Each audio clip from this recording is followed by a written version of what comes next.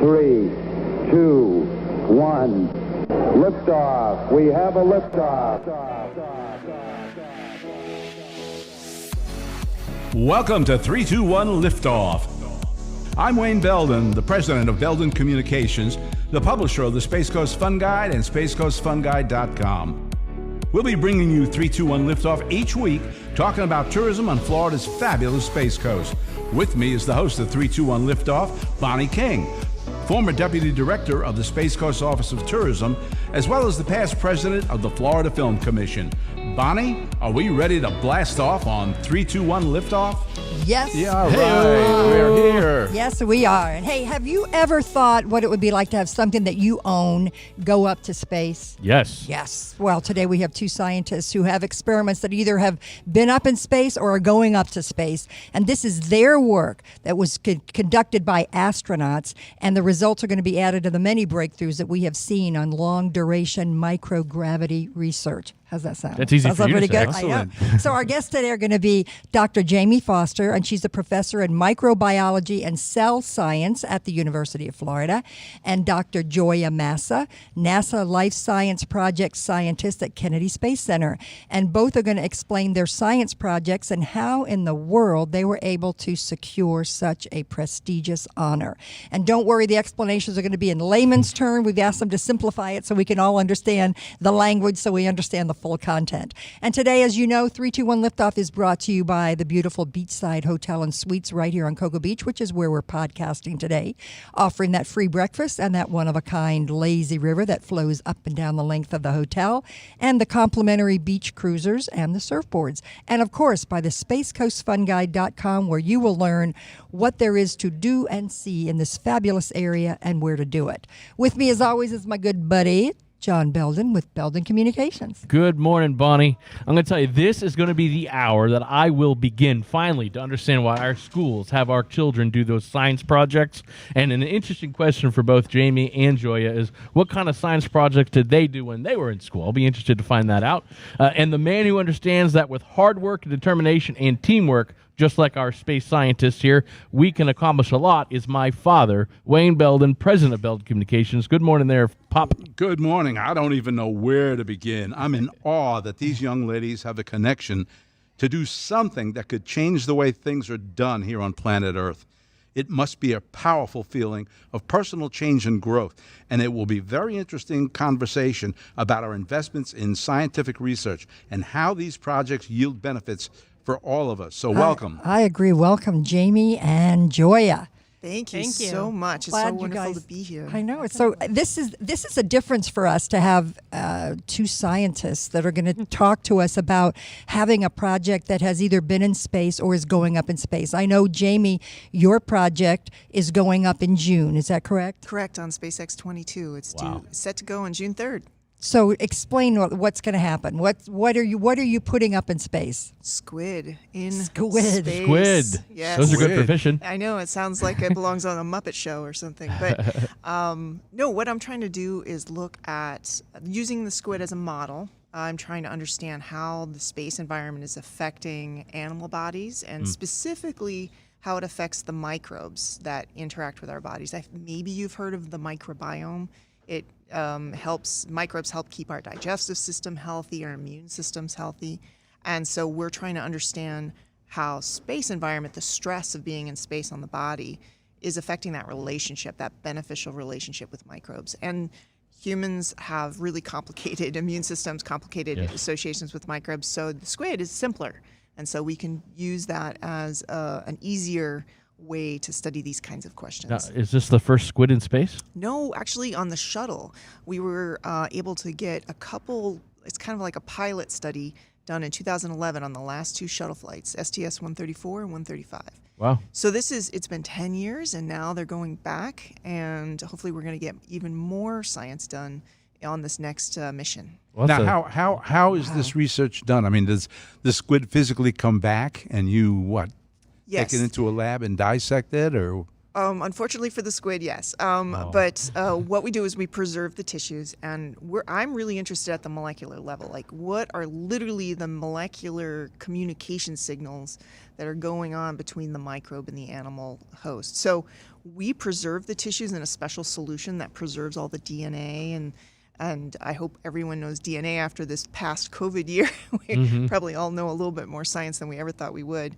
But when we bring that back and we analyze what changed, we take a kind of like a molecular snapshot of the squid up there in the space environment, and then bring it back and analyze the what changes happened. Now, is this squid alive when it comes back? Or? No, I'm afraid it's not. And that's another reason why we don't want to use humans for these kinds of. That would be preferred. They don't exactly. But we and also what's great is they're really small. These little baby squid are only like 2 millimeters. They're about the size of the little dot here on the microphone here. And we're able to do lots of replication. So it gives us a lot of power in that they're very small. We can send a lot of these animals up and do many different kinds of experiments. Nice. Wow. This may seem like a ridiculous question, but how does a squid get to qualify for something like this? Well, so here's a case where you asked me earlier kind of, well, how did you start off in science? Well, I had this idea for this project when I was in graduate school more than 20 years ago. And I kind of brought it up to my teacher, my professor, and she said, "You want to send squid to space? Like, good luck with that." Yeah. And 10 years later, I finally got a little seed grant from a local organization called the Florida Space Grant Consortium. And they kind of gave me it was only $5,000, which is, I know it's a lot of money, but for space flight, that's not a lot of money. Right. And I was able to kind of build that idea and take incremental steps and eventually get a proper grant from NASA to fly. So it was an idea I had as a student. And I was able to grow that idea into an actual space experiment. That is so important, though, especially for, because we have a lot of families that listen to this and children that listen to this. This is an idea that started as a student. Yep. And you actually are seeing the reality. That just goes to show you hard work, determination, focus. That's what makes it work. That's impressive. Absolutely. And we're going to go back to the squid in a moment because I've got questions on that as to how it relates here. But I want to get with Joy and get on your background as to what experiments maybe that you have sent up. And really, and in the long run, it's going to be like, how did it affect maybe what happened here on planet Earth? So how did you get started, and what were your experiments? Yeah, I've been actually interested in this area since I was 12 years old. I had an ag teacher in 7th grade who got invited over to Kennedy Space Center to learn about the research that was going on for growing plants in space. And he brought back that information, and I just thought that was the coolest thing ever. Awesome. And decided that I wanted to do it. So, after many, many years of school, I got an opportunity to come to Kennedy Space Center to work on a system that was going to be launched to the space station at the time called the Veggie Chamber. And Veggie's a small plant growth chamber. It's about the size of a dorm refrigerator or a 2-door filing cabinet. And it's a really kind of more of an astronaut garden. It has some nice lights and some fans, and everything else the astronauts kind of do manually. They take care of the plants. So I came as a postdoc to Kennedy Space Center working on figuring out what to grow in Veggie and how to grow it. And then as I started with NASA as a scientist, we got to do those flight tests, and we're still working with that hardware.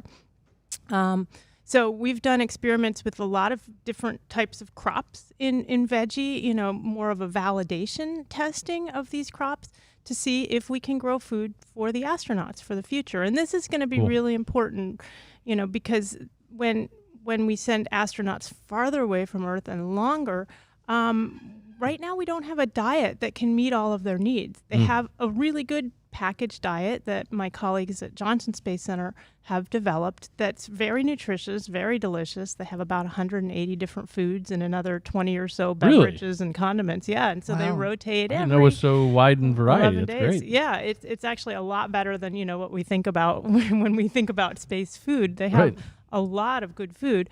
But the challenge is that if we go for a long mission, like a Mars mission, and you were to store that food for a long duration, the vitamins and the quality break down, because any food you store will break down. You get that old stuff out of the back of your cabinets, and it doesn't look like it did when you bought it. Your post-hurricane food. Yeah, pantry cleaning day is always interesting, right? Exactly. And, we can't send things in really thick metal, heavy containers or whatever, even if that were to preserve its quality better, because there's launch mass to consider. So the food breaks down, and so it's not a problem on space station. They're getting new food all the time, but it could be a problem for these longer missions. And so we're looking at supplementing this packaged diet with fresh produce to give the vitamins and to add more variety. So we're starting, testing more and more crops. We test them on the ground here at Kennedy Space Center, and then when we get good candidates, we test them in space. So we've done a number of leafy green crops. I've helped to lead some of that research. I've also helped to support some of the research. We've actually just finished a bunch of experiments on the space station just this year. Wow. We had an astronaut up there, Mike Hopkins, who is a fabulous gardener, and he grew the heck out of those plants. So are they? It's working now. I mean, are they feeding themselves now with that? They finished that harvest because he just came back to Earth, and so they finished that harvest in mid-April. So we're not currently growing anything at this time, but we just recently did, and we'll be growing some more things soon. So do you grow tomatoes? We haven't done tomatoes yet, and actually that's what I have a grant that I competed to get to be able to do some tomatoes. So we're hoping to do tomatoes next year. And one of my colleagues is leading up a team doing chili peppers later this year. So we're going to be doing, Espanola chili peppers. I wonder if they would taste different when you grow them in space and then eat it. I mean, I wonder if it would taste any different. Probably fresher, I would think. That's one of the questions we're actually asking. We have the astronauts do taste tests on orbit, and we also grow the produce and send it to Johnson Space Center, where they have a food lab, and they do taste tests. So we have kind of ground data, and then we have flight data. But yeah, we've seen a few differences so far. Mostly, the astronauts just really seem to like the produce. So I think it's just having that crispy, juicy thing when they haven't had it for so long that makes a big difference. And the therapy of that, growing plants is, very calming. And I imagine that's a nice hobby up there when you're working all the time on the station. We're trying to collect data on that as well, and any psychological benefits that may come from growing plants. So we're really trying to get hard data on that. Mm-hmm. Now, when he came back to Earth, he was replaced, obviously, by other astronauts. Did somebody take his place to garden, so to speak? He was doing all that on his own spare time, actually. Oh, he really? volunteered to do that research as his kind of hobby. Like Jamie said, he finds it very recreational and therapeutic. Right now, we don't have plant seeds up there, but they are going to be sending, like I said, the chili peppers soon, and so hopefully we'll get another gardener who wants to grow those. And what are they growing this? I mean, there's not dirt up there, is there? I mean, how are they doing this? So we are growing things it's a baked clay. It's like, imagine a chia pet or a terracotta pot that you've smashed up into little tiny pieces. So it's porous. It allows water to move and air, because plant roots need water, but they also need oxygen. And that's really challenging in space because fluids behave very differently. You've seen the bubble of fruit juice or the bubble of water floating. It's hard to water your plants in space. We actually have a lot of research on the ground and some in space flight on trying to get the best ways to water plants. The clay particles are great for now. We mix them with a slow release, controlled release fertilizer, but that's not a great sustainable approach. So we're looking at more sustainable, reusable approaches for the future. Wow. Fascinating. Now, okay, I'm going to go back to the squid. Okay. How many squid are going to go up? 128. Wow. And they're all really tiny. So they're just they're kind of in these little bags of water. And what Gioia does is very astronaut intensive, meaning they're caring for them and they're growing. I kind of took the opposite approach, and I am completely autonomous. So those squid are getting processed and analyzed actually without astronaut help, because astronauts are very busy, and the amount of time that they have to work on their science is unfortunately not as much as we all down here want. So I came up with along with a hardware company called TechShot that has been helping me create the actual box that the squid are going to go in and actually do all the controls to add the microbes and add the preservative, and that's all automated. So we don't need an astronaut really to start the experiment. We do hope the astronaut will take it out and put it in the freezer. There's actually a couple freezers up there on the International Space Station, and we'll have frozen calamari. I was going to ask you. I thought I was going to be silly if I'm like, because calamari, why not, right? Yeah. Well, hopefully they won't eat them. Yeah. Be very small, but speaking of nutritional diets here, but and raw. Yeah, and raw. Yeah, that wouldn't be so yummy. But so when the experiment is happening in space, do you have any control at all? Like, do you watch and monitor? Are you participating? Yeah, there's telemetry coming back from the box. It's kind of telling us what temperature is happening, what are the conditions inside the box. We could have put a camera in there, but we've done enough testing. That's the great thing about NASA is they make sure that everything is going to work. So you have to pass a series of verification tests. There's a science one, and then there's an equipment one.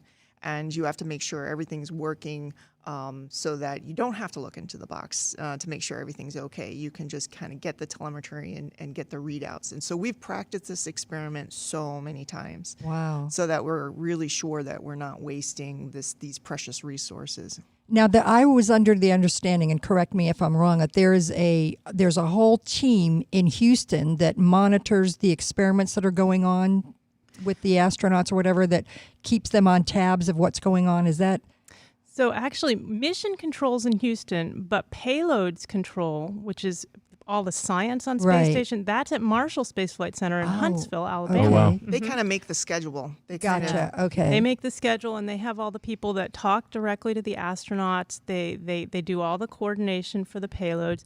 And, sometimes when we have kind of exceptional experiments, we get actually enabled from Kennedy Space Center to talk directly to the astronauts. But other times we work with the folks at Marshall. So you are aware of what's happening that entire time that your experiment's up there so that you can monitor and know if there's something going weird with your squid or weird with your leafy plants or whatever. Yeah, definitely. That is so interesting. And you know what's interesting as well is when you were mentioning as kids that you guys had these idea that, again, it goes to show what's happening in our schools today, which I hope is going to happen in our schools today since, our kids are finally going back to school. But that these children come up with these great ideas and through a teacher are able to be encouraged to move forward. And look at you. You guys are two examples of kids that had these wonderful ideas.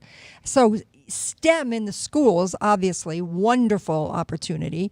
And look where it took you guys. Absolutely. The Voyager mission for me was when I was in fourth and fifth grade was captivating to me, and watching it fly by Jupiter and Saturn and then leave the solar system.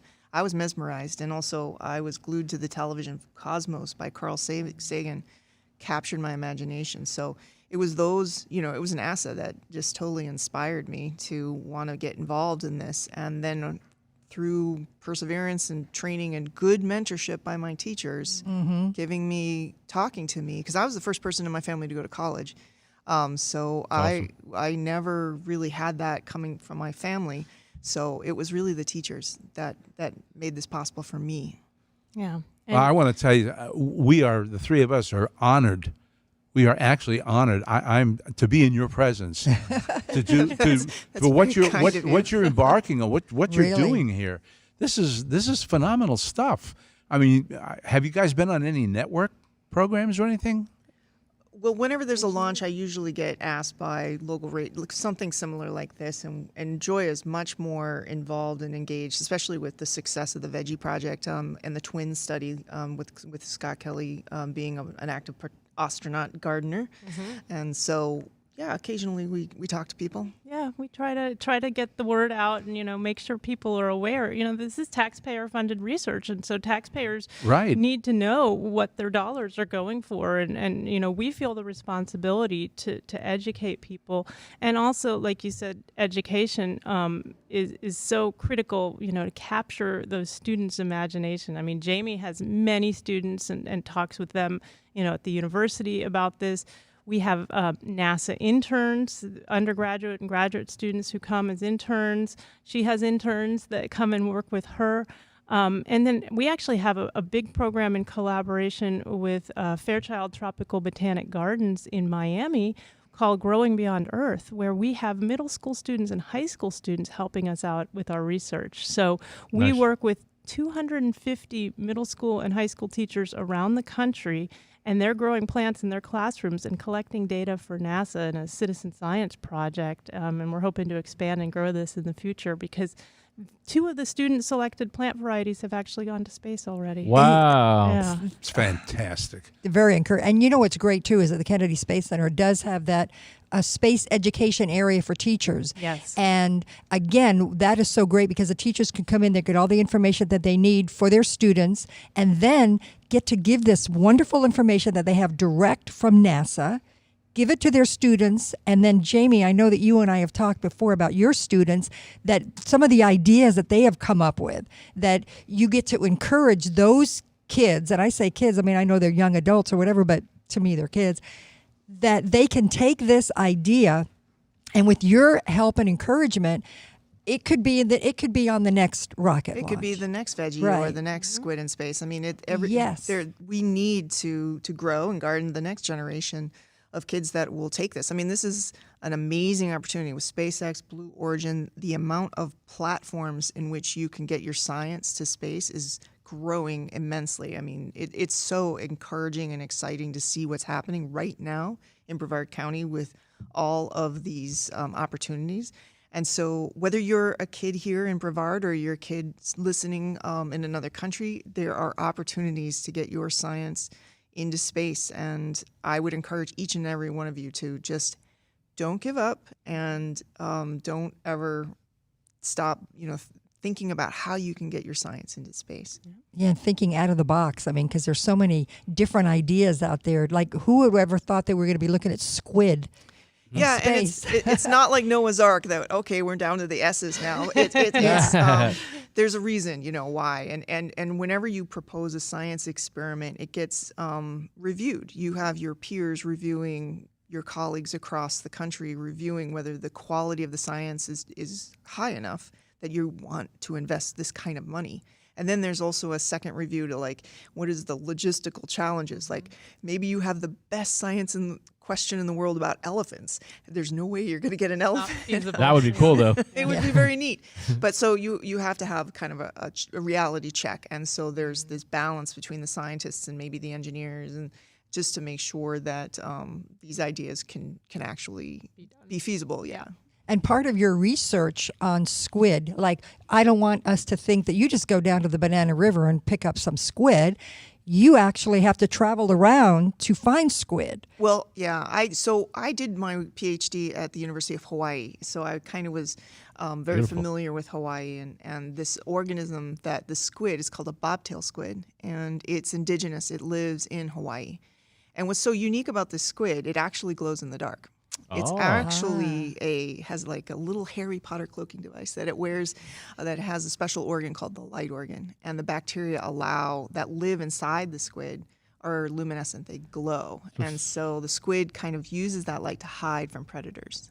So it's kind of like the bioluminescent that we see on the Indian River. River. It's very similar, but and the bacteria are giving the squid this anti-predator defense, and then the squid feeds it. So that we call that symbiosis, when there's a benefit to both organisms. Cool. And I had studied that from how are microbes beneficial to animals? I've been studying that for more than almost 30 years.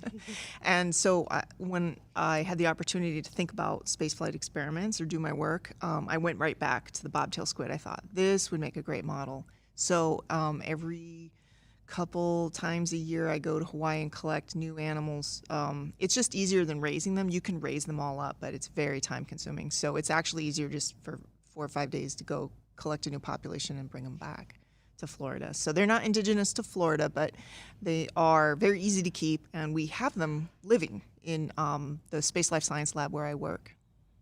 So the 128 that are going up, they're in a little special area right now getting prepped and ready? They haven't been born yet. They haven't even, their eggs haven't even been laid yet, probably next week. So a squid's life cycle, its egg cycle is only 20 days. So we're kind of backtracking. So June 3rd is the launch, so we go back. So probably next week, the squid the cephalonauts, I call them cephalonauts, cephalopods and astronauts. Anyway, You give them little helmets. Science humor. Yeah.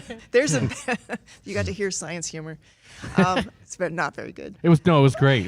It's probably over our head. It's okay. Anyway, those little guys will be laid, and the eggs will be laid next week, and then they will be hatched or born, and so they'll only be like 30 minutes, an hour old when they get launched into space. Oh, My goodness. They'll be babies, little guys. They have little helmets for them. Yeah, exactly.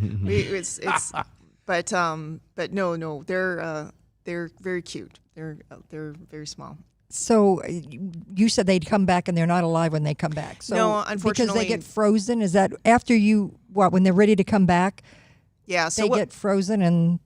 Yeah, so unfortunately, this is the downside of doing animal research is, but we do it in a humane way. The solution we add kind of acts as like it anesthetizes them. And they go to sleep. They kind of go to sleep, and then their tissues are preserved. Gotcha. And we can then capture. It's almost like taking a camera at their molecular biology and seeing how that is changing over time. I hear they're very proud though for their species to be doing it. I'm sure their mamas are, yes. are very they proud get a plaque and everything, so it's awesome. Yes, they get all the shrimp they can eat. So now Nice. bringing it back to how it's going to help here on Earth, the leafy vegetables really are helping out our astronauts when they're in space. Does it have any correlation here on Earth? Like, will it help us here? Well, what we're learning for space crop production in general is how to grow plants more efficiently and effectively, and technologies for doing that indoors. So there's a whole growing movement of urban indoor agriculture, vertical farming. These facilities are popping up in kind of urban areas all over the world because there's not that much farmland available, and especially for high value crops like fresh leafy vegetables that you would get in in a restaurant. These are more and more being grown indoors. So a lot of the techniques and technologies that we're using are very applicable to that. And we work really closely with that controlled environment agriculture community. And some of the innovations were actually funded by NASA. So for instance, NASA had the first patent on LED lighting for plants, and now that's something that everybody's using LEDs. You can buy them on, Amazon or anywhere for a wide else. range of industries. Yeah. Yes. But those weren't, those were first used for plants with NASA-funded research, and so we're breaking a lot of ground that I think will spin off to Earth. Well, and I think that's really interesting because when you go to the NASA website, you can actually look up and see, okay, we went to space. What did space really give us? And then it gives you the whole list of things that we now have because of experiments that were done in space. Right. So this is good to know. And then now, as far as your squid go, the squid only is the results that we get through the squid. Is that for humans or is that really more towards animals? It's for everybody. It'll be for everybody. It'll be humans, animals. So what's the squid is just like it has a lot of the same physiology that humans do, believe it or not. How microbes talk to squid cells is the same way that microbes talk to human cells. The cell is called an epithelial cell, and it is the most common symbiosis out there in the animal world. And humans, we have epithelial cells that interact with microbes, and the squid do. So the lessons we learn from this squid model, we can directly translate to human health and understanding. And the great thing about doing something in a gravity-free environment is, we just function. It's really hard to do an experiment where you can remove gravity on Earth. It's very hard to do that. So we can learn all these new ways about how gravity might be hiding signals or for example, there's a pathway in the squid that causes the bacteria trigger a change in the host squid tissue. We always thought these two signals were tied together. And when we remove gravity, we find out they're completely two new pathways. So we're finding new ways that microbes are talking to animals when we do these microgravity experiments. So it's investing in NASA is definitely, you get your money back in very innovative technologies. Oh, yeah. And very strong economic benefits, too. It's not just scientific knowledge. There's real-world economic benefits. Even PCR, that technique that everyone probably has experienced in the last year through COVID, that way to make lots of copies of DNA came from someone trying to understand a question about how microbes live in these kinds of environments. Science is very important to economics. PCR is like $1 billion a year industry. I mean, the economic benefits of asking these kinds of questions is real. So where do we go from here? Where do you guys see the future, not only for the future of NASA and what they're going to be doing in the future, but also for yourself? Do you have another experiment in mind, or what's your goal? Well, for me, there's a personal goal and then there's a larger goal that I have. Both Gioia and I are involved in this, what's called a Decadal Survey. Every 10 years, NASA kind of assesses what are the priorities for funding over the next coming decade. And it's a process where we engage the entire astrobiology and space biology research communities to try to think, what are the frontiers? What are the questions we have to ask now? What are the questions we have to ask in 5 years? And wouldn't it be great if we could do this in 10, 15 years? And so we gather every 10 years and we come up with our best ideas, and then we kind of work together to kind of create a list for NASA to potentially follow. And NASA looks at it, and then that creates the priorities. And so for the upcoming years, it's probably going to be beyond low Earth orbit, getting beyond the space station. How do we answer some of these longer term questions that Gioia is working hard towards? But on a personal level, yes, I've already applied to do the next Squid in Space experiment, and hopefully that gets funded. And I will keep my journey of trying to understand the effects of spaceflight on animal microbe health. Yeah, and what you learn from what you have with this experiment may help you with your experiment for squids the next time that you're planning for the next time. You're always building. Yeah. You're always adding layers, and it's very iterative. You're growing that knowledge, and then spin-offs happen. Yeah. And maybe this technology can be used in a new drug, or this technology can be. So you're constantly moving forward, and all these little branches form. Just like a plant. Just like a plant. Yeah. So, Gioia, what about you? Well, like Jamie said, you're always building, and you're also building on everyone else's science. That's how science works. You have to get that information out so other scientists can share and use it.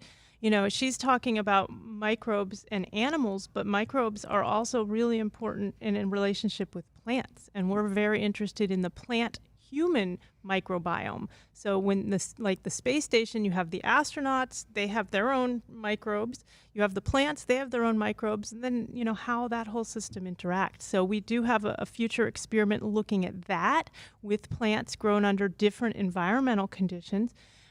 Generally, we're trying to figure out space crop production for the future. So we're planning, for space station, but we're also planning for what we're going to do on the moon, how we can get to Mars, how we can ensure crew health and performance, and keeping those astronauts safe. The work I'm doing is really applied. So we look at things like food safety, the nutrient content of those fresh vegetables, the acceptability, how do they like it? I mean, it could be the most nutritious vegetable in the world, but if it doesn't taste good, they're not going to eat it. So how do we get that whole big picture and ensure that, they're going to survive and complete their mission, and be able to go to the moon, go to Mars, stay healthy, and come back home again. I love it. You are perfect spokespeople for. You're a wonderful representative of NASA, wonderful representative of the university that you represent, and your students who have you as a teacher. I mean, they're so blessed,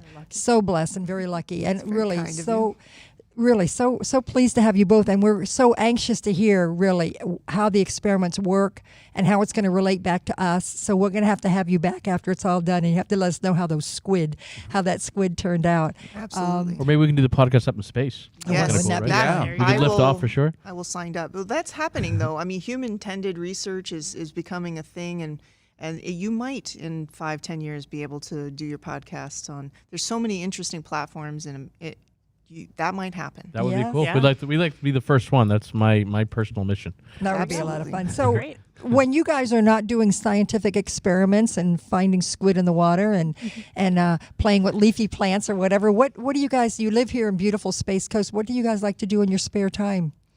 Well, I love to garden, so I mean, not a huge surprise. I But don't think I'm surprised at that. I have lots of tropical fruit trees right now. I just set up an electric fence to try to keep the raccoons out of my mango trees. Oh wow. So we'll see if that works. But also, I love the water. I love being on the water. So my husband and I got kayaks this past year That's just so we awesome. could go explore Nice. the bioluminescence because that is amazing. Beautiful. And So then, beautiful. we go and tootle around and wave at dolphins in the daytime too. So that's been awesome. a really great pandemic relief as well. Mhm. And how about you, Jamie? Well, I don't grow squid in my backyard, but I do. I do like. I'm a water person too. I anything having to do with the water, and we're just blessed to have the Indian River Lagoon system and the ocean right here with us. So it is gorgeous in our backyard, and I like to be in it, kayaking or just swimming and snorkeling. Anything I can do in the water is something what I like to do. Well, we like to encourage our listeners to see what we all like to do in our spare time as well, because we all live here on the Space Coast and love it. And we encourage our, the visitors that are coming here to experience the attractions and go to the Kennedy Space Center and learn all about what you guys are doing in space and to see our beautiful attractions that we have here on the Space Coast. So how about you guys? Got any plans for the big, it's Mother's Day weekend. Yes. Right. So Happy Mother's Day Yeah. to Mother's Day. everyone out there. who's a mom? Yes. Yes. Yes, you got plans, I'm sure. Well, of course, I have huge plans. I just can't really talk about it right now. I so. understand. It's got to be a surprise. Right. Same here. And so we also have encouraged our people to write to us and let us know what their memories are when they come here. We had a lot of people that wrote in, and the number one that they talked about was the Kennedy Space Center. Yep. They were talking about, the shuttle launch experience. They were talking about the shuttle display, talking about the beauty of it and really the patriotism of what it's all about. So we got a lot of feedback on that. And I think that each week we're going to be asking questions to our listeners via Facebook and through social media as to either give us a memory or another question. I don't even know what we're going to be asking, but our social media people will be working on that, and we encourage the people to write. And after they hear you, I think we're going to get a lot of interesting comments about where we're going, what we're doing, and the encouragement that we have for kids. So, Yep. And the again, squid flew on Atlantis, which is at the Kennedy Space Center Visitor Center. So Atlantis was the last shuttle up, yes, and it had the squid. So you can think about little squids swimming around in the Yes. I love it. I love it. And so, as we all know, that we do have some events coming up. We do have the Great Florida Air Show that's coming to the Melbourne Airport, the Orlando Melbourne International Airport, and that's going to be May 15th and 16th. And that features the Blue Angels. Going to be a lot of fun. And then we have Thunder on the Beach, which is the powerboat races, which we love, May 20th through the 23rd.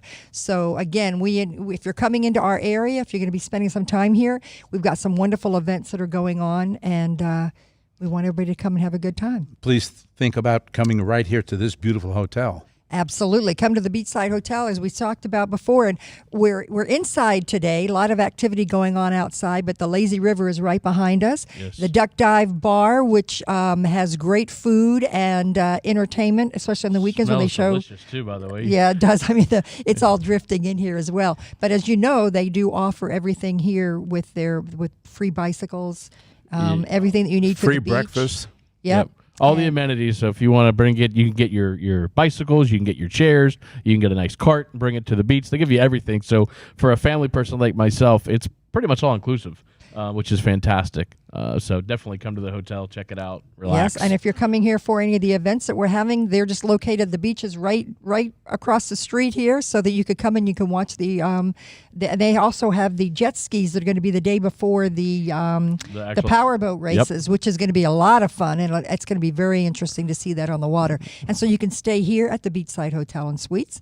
and you'll be able to see everything that you want to see right there at the beach. And you can find all of that on spacecoastfunguide.com. You can get your free coupon to Kennedy Space Center Visitor Complex, so we know that's a popular one. Find the hotel, beachside hotel and suites, restaurants, everything for your trip. So definitely check out the website, get yourself acclimated, and get down here. And you'll end up living here, I'm sure, once you visit. If you've never been here before, what are you waiting for? Exactly. And you can go to the beachside hotel, cocobeach.com, and that'll give you all the information about the hotel. They got some fabulous pictures too that showcase this fabulous lazy river where you just get on a raft and float downstream. It's very cool. Yeah. Very cool. So next week, let's talk about next week. Next week, we're going to have a tourism conversation with Austin Opplinger, and it's a very popular restaurant here, which is called Papa Vito's, and it's Brevard's best pizza, and you better believe that we will be taste testing, I'm sure.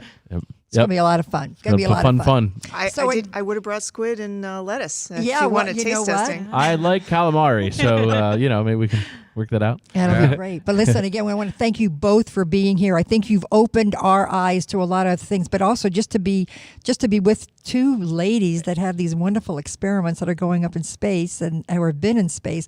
It's very inspiring. I feel smarter talking to you, ladies. Do. Thank you. Thank you. Yeah, we through osmosis, which is a scientific. Absolutely. Hey, thank you guys so much, and we will see you all next week. That's a wrap. Thank you so much, everybody. Thank you. Thank you. That's awesome. I can't.